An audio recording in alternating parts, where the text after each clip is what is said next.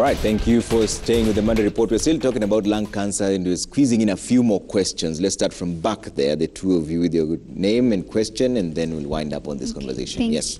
Thank you so much. My name is Deborah Koech. I'm a clinical medicine graduate and a founder of a health tech startup. I'm one of the people who are building on AI models, and to get hands on locally available data is hard. And imaging is one of the products we are building on. So to Dr. Helena, how do we get these locally available data? Thank you. All right, thank you very much. That will come to you. Yes. All right, my name is Emmanuel. I'm an AI engineer. My question will go to Dr. Howard. With a limited number of specialists, how do we see AI helping this, helping to deal with this? Today we've seen AI helping in different places. We can see how they're really generating good content in terms of even specific to a specific company. Yeah, so will this also be in future help to work on that? Okay, thank you very much, Kimani. Yes, final question. Okay, my name is Martin Ochieng. I'm a physiotherapist in this prestigious institution. My question is to Dr. Andrew. We as physiotherapists, when it comes to multidisciplinary approach to this patient with lung cancer, we play a significant role by enhancing respiratory function, improving physical activity, and so on. So how do you intend to incorporate our training to manage this patient? Also, another question to the chairman of SHA. You've talked about lack of resources. Yeah? When you talk of resources, it's about funds here. Yeah? So some people were transferred from NHIF to SHIF without their consent. Yeah? So, and they had contributed, yeah, for maybe a year or for some months. Yeah? So when you say lack of resources, these resources that you transferred, where are they? Also, how long does it take for approvals? Because I had a patient who was sent for a PET scan, have waited for 2 weeks, yeah? No approval yet up to now. Okay, Dr. Abdi, you can start with that. How long does it take for approval for PET scans? Actually, I would say the approvals, when I last looked at it, was around 67 minutes. Minutes? Yes. He says it's been, what, 2 weeks? There must, yes, there must have been something else, but in terms of approval from our end, if there's one thing that we have tried to automate as much as possible is the issue of approvals compared to what we had previously under NHIF. In terms of people who have been moved, it was done with a legal notice. So there was the law that was followed in terms of moving people from the NHIF database to the new Social Health Authority database. But that doesn't mean that you don't need to also register. You still need to register. Yeah. And confirm in terms of your name, your ID, your dependents. So what should patients like the one Martin is talking about do?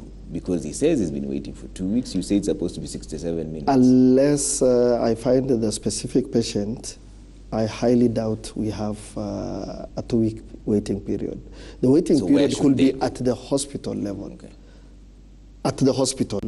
So the hospital is the one now that has a waiting period because of the number of people, but not approval. So it could have been approved, but if the hospital has a queue, you will have to wait because I think we only have 2 PET scans or 3, 4 in the whole country. So it's not something that is... This is the only government. Yeah. Yes. Okay. So there's no other place that has... So there's a lot of backlog for that. Yes. So approval may be there, but there's a queue. Okay. And there was also a question for you, Helena, local data from Koech back there. So data is king. Everyone wants data. And data is available. I think it's just where you look for it. Of course, we have traditional ways of looking for data in journals, but we do also have data available in the universities in terms of repositories. And if you also go to institutions, they will have data in terms of audits. So data is available. It just depends on what exactly it is that you're looking for, because there may be studies done, but they may not pinpoint exactly what you're looking for in terms of AI, which is an up-and-coming field.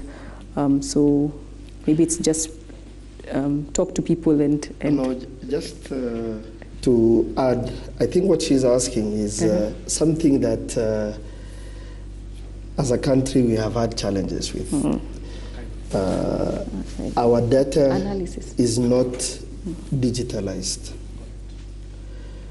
And this is also the one thing that people have been complaining about, the digitalization of the healthcare system.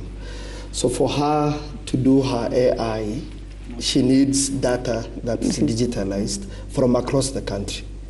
That's the only way she can do her AI modeling based on our local data.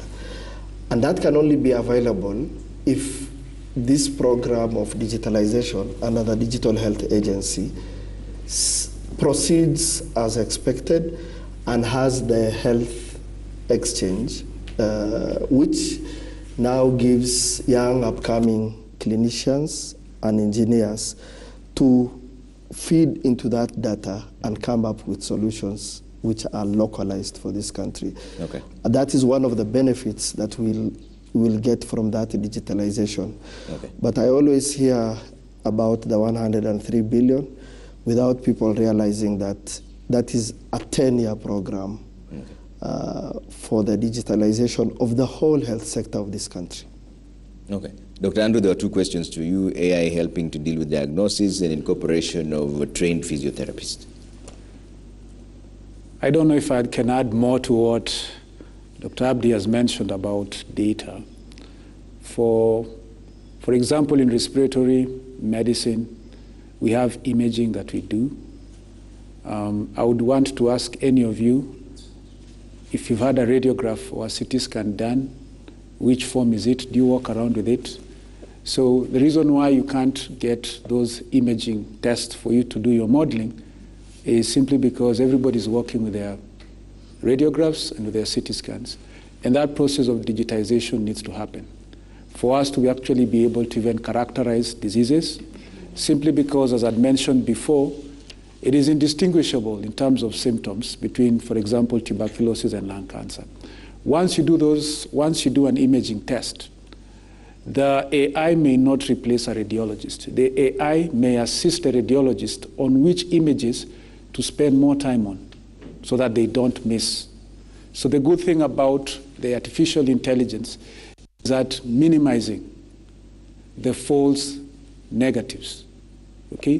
The ones that are missed, and it's actually likely that the patient actually has cancer. So that's where AI will help in terms of respiratory health. So radiologists working with artificial intelligence, there are 100 images that they need to see that day. AI can help and say, okay, these ones are suspicious. So these ones, they'll spend a bit more time to report and actually give an accurate as possible diagnosis. Okay. It will take time before AI actually does it wholly because of what you've mentioned. You need to feed tons of data for those modelings to happen.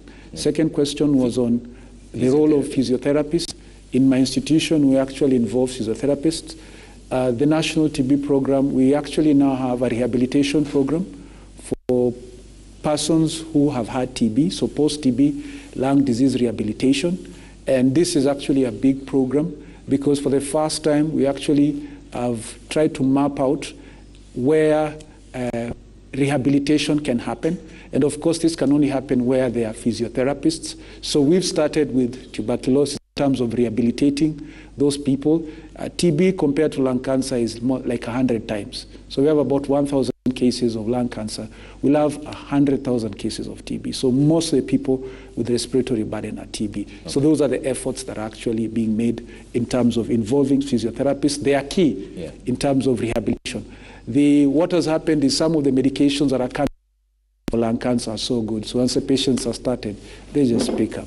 Okay. But of course, for patients who have some certain disabilities, then it's important. And then lastly, for palliation, physiotherapy, quite important. Okay, let me take closing remarks really quick. And Grace, I'll start with you. What is the one central message you want us to go home with? We've painted a very grim picture, but are we able to deal with this as a people? What is the one message you want to pass across in just a minute?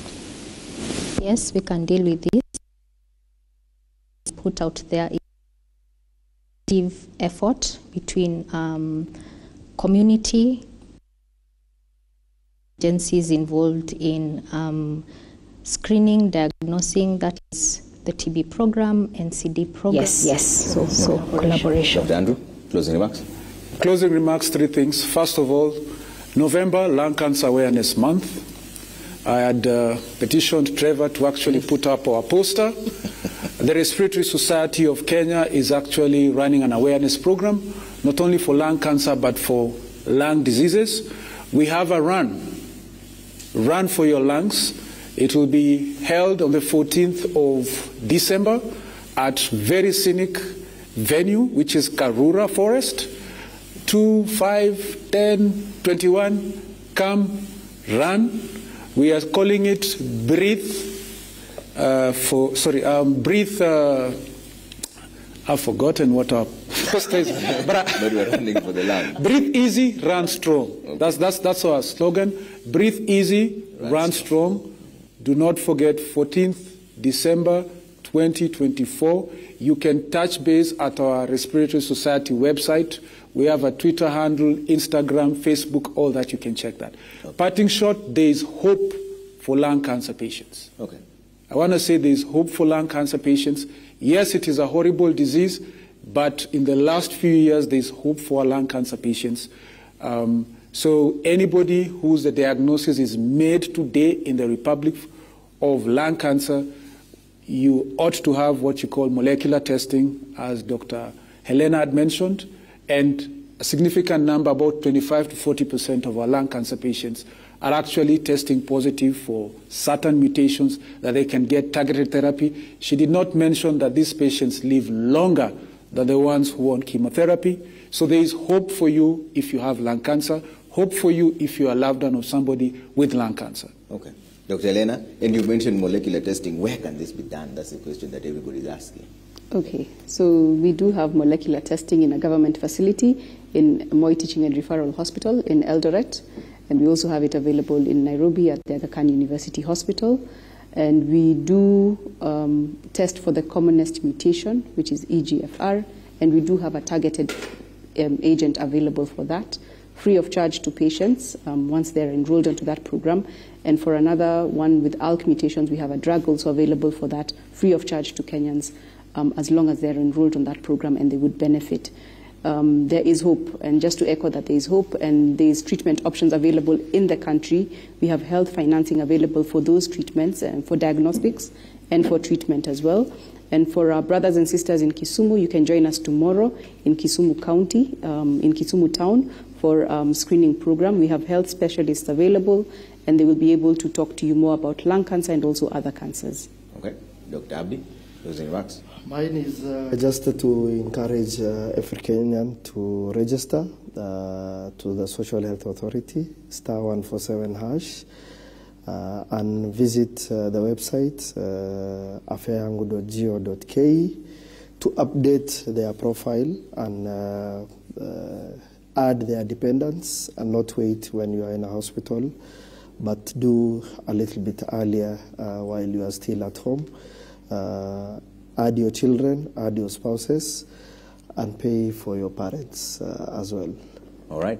Thank you so much for making time for us this evening, Dr. Abdi Mohamed, Chairman, Social Health Authority, Dr. Grace Kaluwai, Medical Epidemiologist and a National Tuberculosis, Leprosy and Lung Disease Program, Dr. Andrew Woor, Respiratory Specialist at the Respiratory Disease Unit at KNH, and Dr. Helena Musau, Consultant and Clinical Radiation Oncologist, KUTRH. Thank you very much. Very serious titles, and thank you for speaking to us. And special thanks to the Kenyatta University Teaching, Referral and Research Hospital for hosting us this evening.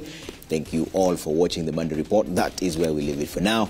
My name is Trevor Ombija. We say good night and God bless.